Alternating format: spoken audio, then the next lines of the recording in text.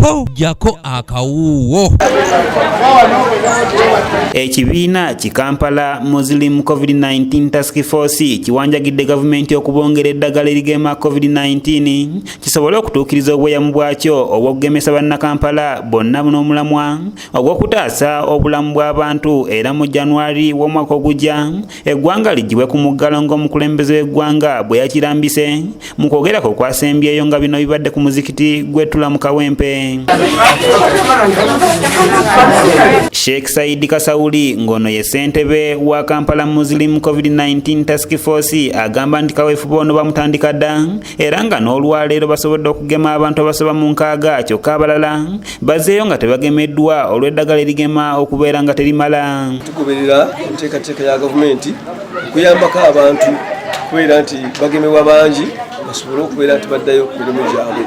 Tugemye abantu abasukka mu 6 olwaleero era abantu bafiseewo bangi nnyo bajja kubeera nga tebakomawo enkya babeere nga bagemebwa. Twebaza nnyo mukulu w'eggwanga, twebaza nnyo Mama Nabbanja, twebaza nnyo Ministry of Health. Ono era agamba nti eddagala lyaze kikeerezi kyokka nga n'abasawo batono olw'obungi bw'abantu abazze okugemebwa ate nga baakedde n'asaba gavumenti okubadduukirira ebawe eddagala erimala saako n'abasawo abalala. Tusanze obuzibu okuteekateeka mu kugema abantu bano eddagala kusooka lyaze kikeerezi ate nga abantu baakedde abantu abagamba essaawa 3 bazze essaawa 1.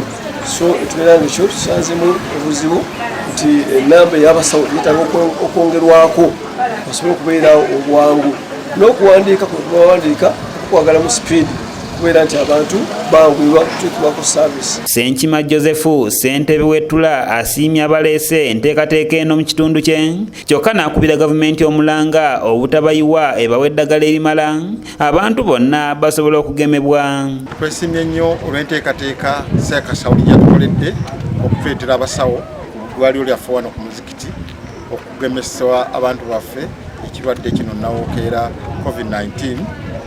Abatuuze bankoze bulungi n'abakunze era bazze mungi. Naye tusaba ne minisitule ereetwongera eddagala kuba eddagala liweddewo nga abatuuze bakyali bangi era olunaku lw'enkya nziramu okukunga abantu.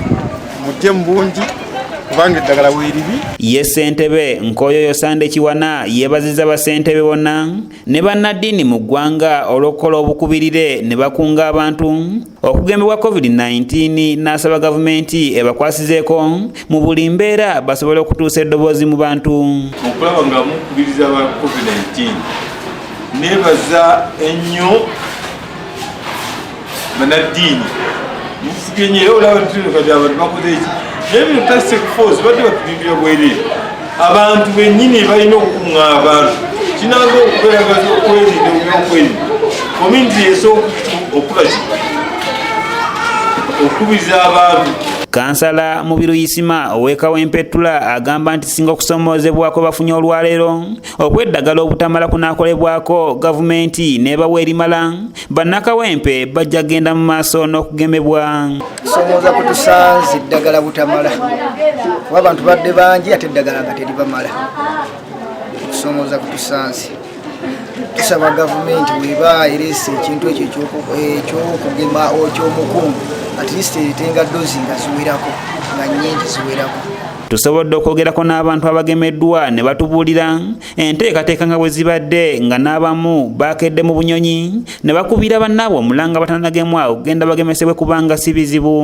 Empiso bannange keduma bonna bannaganda abali abatagala kwegemesa mweweeyo mbabageme kiyamba gwe ne neighbawo. Tugemeddwa kaliso ne tukasanzeemu buzibu tekaluma kalina kyekatukola bannaye mwenna mwegemese olw'endwadde eno eyajja mu ggwanga. Stephen Tumusiime yakusakidde eggulire erina okulwa ABS Television. Insha Allah teri ajja kufa okujja kumatuusiza butuusa yetuukoyo.